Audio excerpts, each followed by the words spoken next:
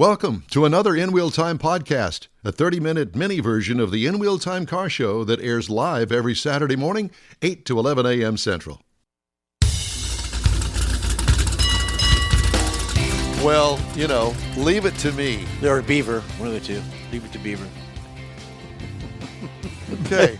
Pay no attention to the man behind the curtain. Exactly. Welcome to the In Wheel Time Car Talk Show, or something else. We don't want to even admit that this is the In Wheel Time Car Talk Show. Oops. Thank you, Don Armstrong. Coming up, Lewis Black joins us to talk about raw materials for making cars.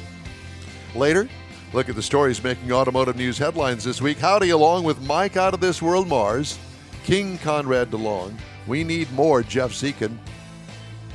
I'm the man behind the curtain. Yeah. Mm-hmm. Screwing it all up. Yeah, thank you for pointing it out. It's all my fault, as it usually is.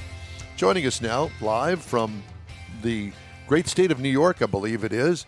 His name is Lewis Black. He's the CEO of Almonty Industries. And Lewis Black, not the comedian, but, well, I guess you can be, Lewis, if you want to be. But it's good to have you back with us again. Almonty Industries is an international raw materials development company. And I know that last time we spoke to you, you were in Spain. And absolutely true. Yeah, and you're back in the States. Well, it was the fact of the good weather and the fresh food and the wonderful, charming nature of Spain. I thought it was too good. So I returned to the States to feast on the culinary delights of New York City. Oh, my God. Yeah, and he's a salesperson, too. It's not quite what I expected, but I think it's important that I keep my feet on the ground. Absolutely. Chamber of Commerce wants you. So it's Ray's Pizza and Say Bread hot dogs. I have to say, it is a delight to be able to walk in somewhere and get food straight away. Whereas in Spain, it's more of a sort of, suggestion. You kind of wait and maybe come back, and maybe they remember, or maybe they don't. So you never really know. But no, it's good to be back home. Well, and it's good to have you back with us again. I know that after our last conversation, we had to pick our jaws up off of the floor. We learned an awful lot. And there's been a lot of changes since we last talked to you in the supply chain. And you're really at the base of the supply chain, and that is materials, raw materials to make the things that go into cars. And the first thing that comes to my mind are batteries for EVs. And we keep hearing these horror stories about there's not going to be enough raw materials to make the batteries at the rate that everybody is bragging about how fast these EVs are going to come off the assembly line. And I was hoping to find out from you exactly what the status is of that. Can you fill us in? Well, I mean, I think that this is not a new story. I mean, back in the days before Tesla made EVs sexy, hybrids were the future. And even back then, with the way that they wanted to transition towards hybrids, they said they were a decade away from getting enough raw materials to be able to produce the number of hybrids that would be required going forward. So this is really a continuation of the same story. And I think since the hybrid stories, the world has changed, even more, where raw materials don't win you votes. The idea of getting raw materials probably does, but the idea of actually producing them does not. And so what we're seeing in democracies across the board is an understanding of the strategic nature of needing these products, but not wanting to build it in your own backyard. So I think the days of seeing large-scale mines opening in democracies are coming now to a close. And then, of course, it's a completely different conversation regarding procurement, because, yes, you're completely right. The politicians are really running to the end of the race without actually knowing how to start it, because there is no way there is even close to enough raw materials to meet these timelines that are being imposed upon everybody. And is some of the reason why some countries are unwilling to do the mining is because typically this is open pit mining? No, I mean, many mines are, you have a balance of both. It's just that the concept of making a mine, whether it's open pit or underground, it doesn't win you votes. No one's getting elected on the back of that. And so, building a battery factory, that's a lot more kind of palatable. But you still got to feed the battery factory. Right. So you're really moving to a stage where you're imposing timelines that the industry cannot meet.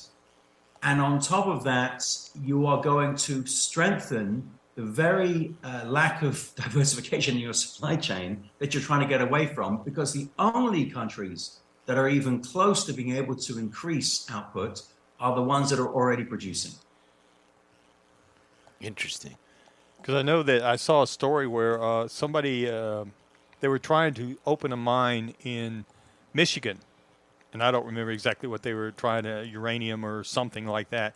Anyway, of course, all the EPA type came in and said, no, we don't want a mine in Michigan. Go do it someplace else. We don't want you to open this mine. So I think they've pretty well stopped it. Well, you can only mine where the raw materials are in the ground. Exactly. I mean, it's not like they could just choose another place. Start digging a hole. Look, I mean, in democracies, it takes you 8 to 10 years to open a mine anyway. The United States has a different quirk in that you can go through all the processes of approval and then still politically be rejected, even though that rejection is in the gray area of whether it's even legally possible to do. It's a risk that you face. And so if you're an investor, you're going to shy away from that risk because you can spend all this money getting to the finish line and then it still gets shut down.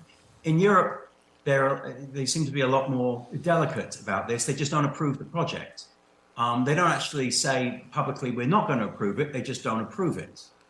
And so we are really seeing, to open a mine in a democracy is problematic. And yes, the NGOs, indigenous groups, there's all kinds of basically people that now need to say it's okay to mine. National interest is really at the back of the queue because we're in a democracy where an individual counts. If you're in a country where that doesn't, an individual is not important, you can put national interest at the front of the queue. But that is the price, whether we like it or not, of living in a democracy. And to be honest, yes, it's a pain, but I'd rather be in a democracy than the alternative. Right. And then, so is that why it seems like a lot of the raw materials are probably coming out of Africa more than the democracies of South Europe? America, places like that? Yes, I mean, regulation-wise, it's certainly simpler. Now, it doesn't tick the transparency box that many customers desire, but until such time as there's greater choice for these consumers, those questions are going to be put on the back burner because you can't really bite the hand that feeds you. You can't say, oh, we're not happy with one jurisdiction because it's not transparent when you have no alternative to replace that material you're walking away from. And a great example is Russia. So for tungsten, so we're the guys outside of China who produce the most tungsten. But between China and Russia, 90% of the world's tungsten is produced. And yet, since they rolled into a sovereign country, which in itself was extraordinary, the reaction of the West has been, well, we're going to confiscate some oligarchs' yachts. We're not really sure they own them because they're obviously hidden behind many different, different shell companies. But there's been no disruption of raw material supply from Russia. None whatsoever, because you can't afford not to buy it. There's nowhere else you can get it. And so you do find yourself in a rather difficult situation where your own policies are going to continue to empower jurisdictions that perhaps don't share your values. And that, of course, ultimately leads to drama. Yeah. What is tungsten used for in automobile manufacturing? Well, funnily enough, tungsten's at the top of pretty much every country's strategic list because it's in absolutely everything. They don't use a lot of it, but without it, you can't actually make anything. So we're talking from defense to medical to automotive, batteries, technology, screens, semiconductors, aerospace, everything. I mean, in your room right now, pretty much everything you can see around you has some connection with tungsten, whether it be your laptops, whether it be your phones, whether it be even the table, the manufacturing of that table. So there's a little bit of it in everything. And to think that 10 to 12% of all tungsten is used in defense, and yet 90% of all tungsten comes from China and Russia, you can see that it's an area that no one really wants to make a big noise about until they have alternatives. They just don't really know how to get to that point of finding alternative sources without essentially upsetting the hand that feeds you. So we've got In Wheel Time Mining Company. Where would you suggest we put a shovel in the ground? Well, ultimately, it depends what gets you out of bed in the morning. For me, I like to sleep at night, so I only want to operate in safe jurisdictions. And on that basis, I'm prepared to go through the, damage of getting a permit slowly in democracies that are still looking at, very limited growth in that area. If you want to make money, you head to South America, you head to Africa, but you face and you head to the Caucasus or, the old satellite states of the Soviet Union, Mongolia, but you run the risk that you can make a lot of money, but you can also wake up one morning and find that the president's son has decided he wants to be in your business, and your business is now painted a different color. And you've lost everything. So with the changes looked at in technology in the batteries, I realize, the batteries, the lithium ion, the cobalt and stuff is all kind of where they're at now, but there's future changes of battery because there's so much technology, research and development. Is Almonty looking at the future and what stuff they're going to need as they change the battery recipe? Well, the recipe may change, but it will still require raw materials. And then we go back to what we were just saying. You can't build these mines in democracies. So you are probably still shopping in the same store. You're just going to a different aisle. So nothing really changes on that basis. Wow. I mean, we've seen growth in tungsten in the last 6-7 years. It's been driven, say, in South Korea. So South Korea is the largest consumer of tungsten per capita in the world. And we happen to be reopening the world's largest tungsten mine right in that jurisdiction. Its main primary source of consumption is technology in South Korea. So it's used in screens, it's used in semiconductors, and it's used in batteries. And as those are enormous growth areas within the country, you've seen double-digit growth of tungsten consumption. Tungsten is one of those bizarre metals that disperse heat, do not smelt, they smelt slightly less than the temperature of the sun, and is very conductive, which means they pump like a tungsten gas into every semiconductor because it means you can run many more operations in that semiconductor and not worry about heat.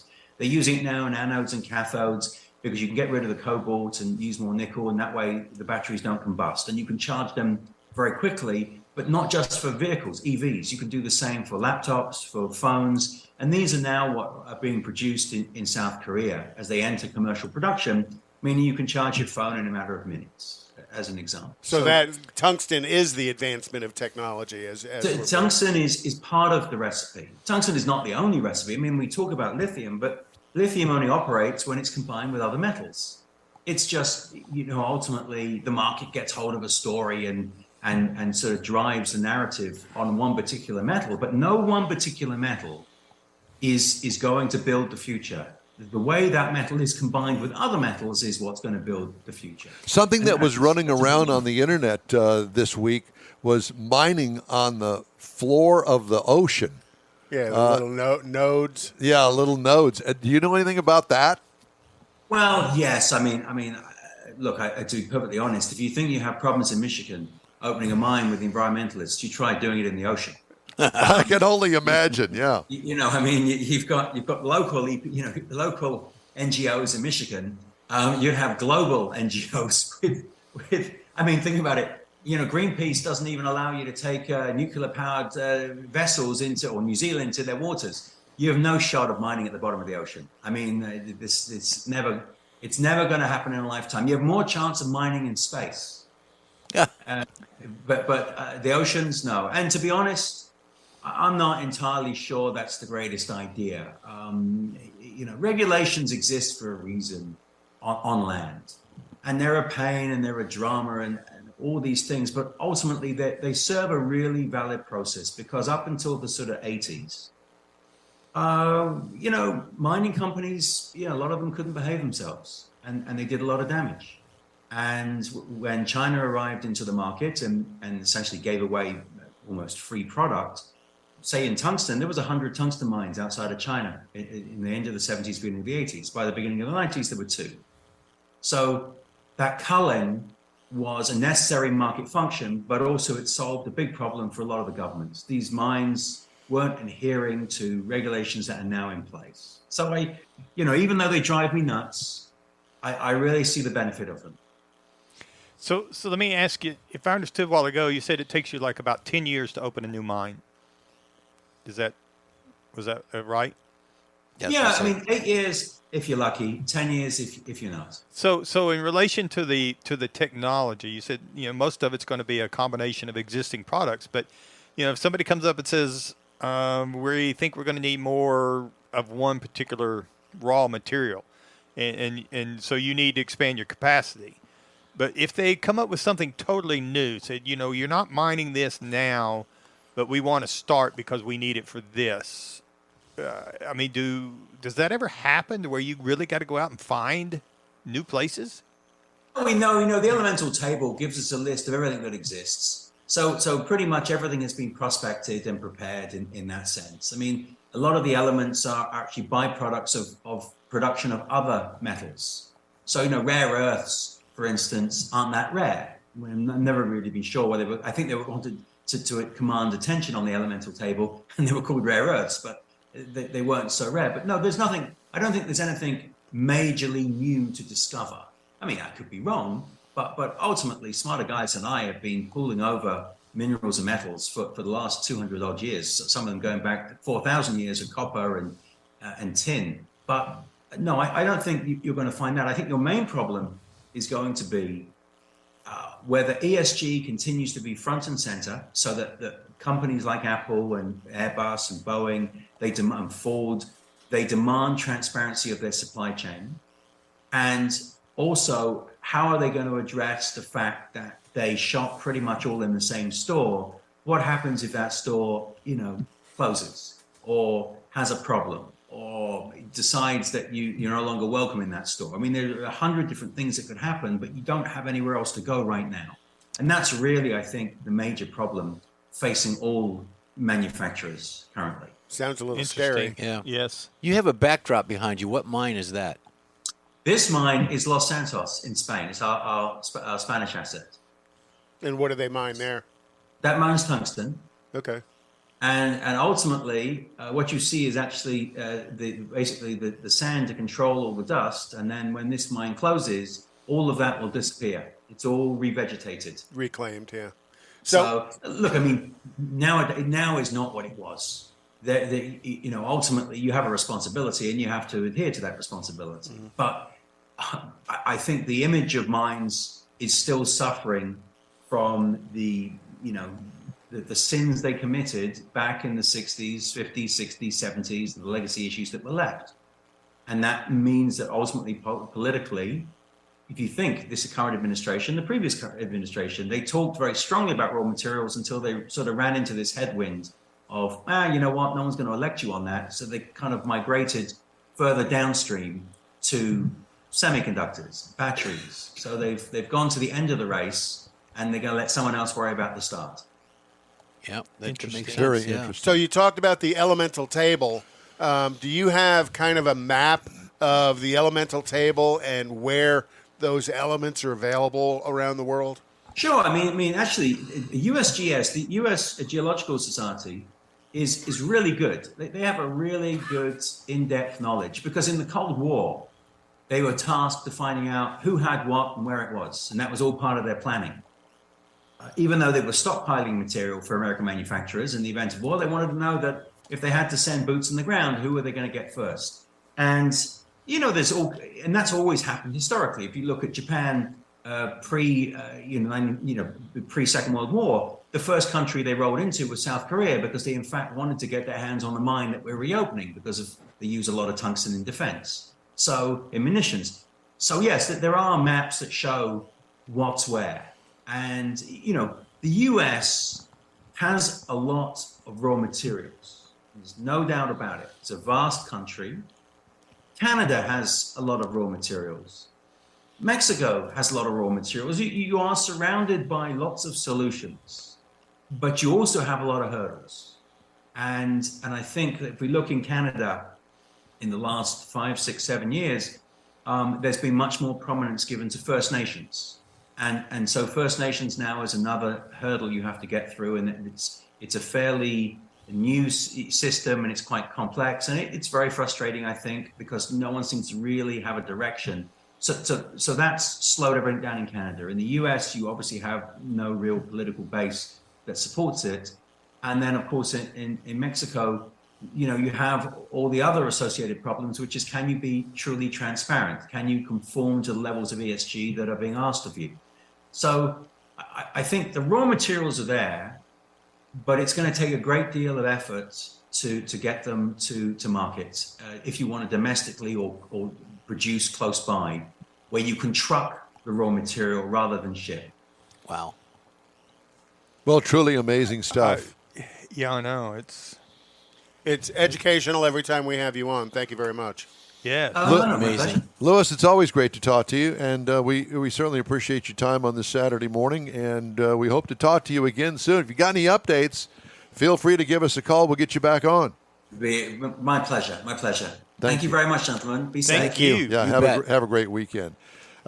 Always fascinating to talk to him. When I found out that we were going to have him, it's like, really? I didn't know that. Mike, we need to do a remote from a mine. You know what? Now, I can only imagine getting the signal out of a mine. well, we can't even get it out of the There'd be garage. a lot of wires. Let's just go to New York and sit down with Lewis and do the show from there. We get to New York, but we can't get to the SEMA show in Las Vegas. That's good. Well, George Skelton says the largest iron mine in Texas is at the Lone Star Steel mine. So maybe there's one in Texas we could go to. Okay. If we'd love to hear from you. Just shoot us an email. The address here is info@inwheeltime.com. Got some news stories that I wanted to get to. The U.S. arm of automaker Stellantis has issued a do not drive warning to roughly 250,000 older model year vehicles that are subject to Takata airbag recalls.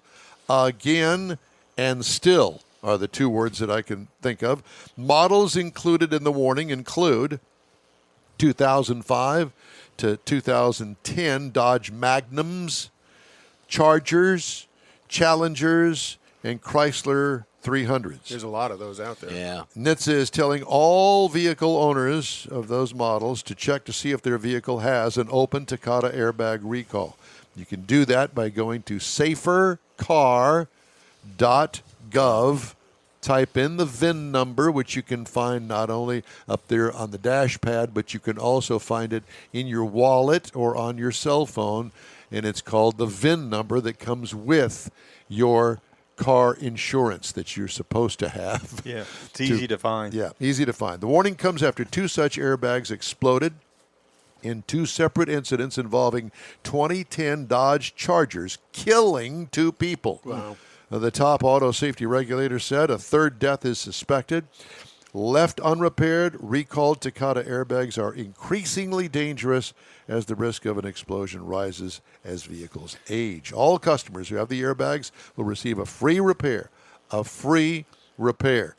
The Takata recall has been the largest in global automotive history. More than 100 million vehicles have been recalled worldwide. Wow. I was really surprised when I read that because by now I've done recalls on the recalls. Yes. Oh, yeah. On my Ram truck. And it just, the idea that somebody hasn't done anything just surprises me. Yeah, especially the fact that you risk getting killed. Yes. You think that would... Well, you would hope that the person would check their car regularly, but if you're looking at, these are 15-year-old cars in some instances, and it may have gone through multiple hands before it, and so the manufacturer may be mailing a recall notice to the person who owned it 3 cars ago. Right. Well, but I think they again, need to put a requirement on the used car sale of getting a safercar.gov inspection. I think what they need to do is they need to put it on hold through your registration. Okay, same thing. Okay. Oh, registration would be more frequent than selling. Have you seen some of the cars on the road lately? Yeah. Yeah. So every time that the car gets sold or every time you go and renew the registration, which you do in Texas at least once a year. Yes. Just did mine. That would be, hey, you got a recall. We can't register your vehicle. You need to go get that fixed. Because they certainly do it with your state inspection. Yeah. Well, that's what I was going to say. With the state inspection, make it part of their inspection. We're going in. You've got a recall on your car. You've now been officially notified. No more excuses. Yeah, just part of the inspection. Well, and then hold up the registration until they go get it done. Well, I don't know that you could do that, but you could try. Why? It's the government. They can do whatever they Well, you want. can do that with any part of the safety issue on an Speaking inspection. of recalls, Hyundai recalling 44,396.2 crossovers, recommending owners park their vehicle outside after discovering a defect that could cause an electrical short and a thermal event. NHTSA said the recall affects 2018 Santa Fe Sport models produced between May 1st of 2017 through May 10th of 2018 at the Kia Georgia plant in West Point, Georgia.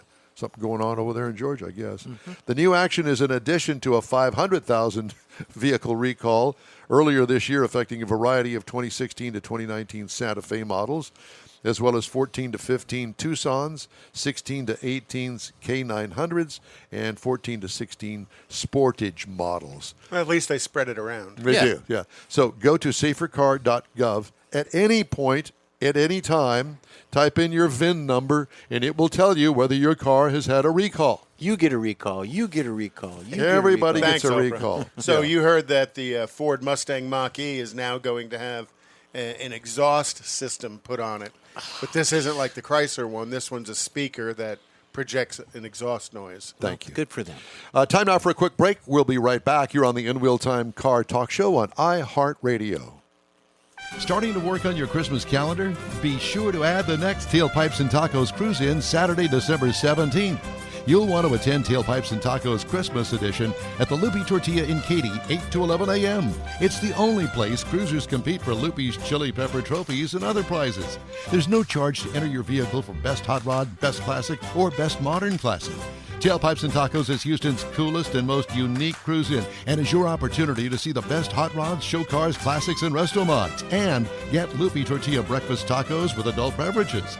There's no entry fee and cars will automatically compete for those much sought-after custom Loopy trophies and other prizes. It happens at the Loopy Tortilla Tex-Mex in Katy on the Grand Parkway at Kingsland Boulevard, just south of I-10. It's the Tailpipes and Tacos Christmas Edition, Saturday, December 17th. The In Wheel Time Car Talk Show will be there too. Celebrate the Christmas season with friends and family at Tailpipes and Tacos. Saturday morning, December 17th, 8 to 11. We'll see you then, weather permitting.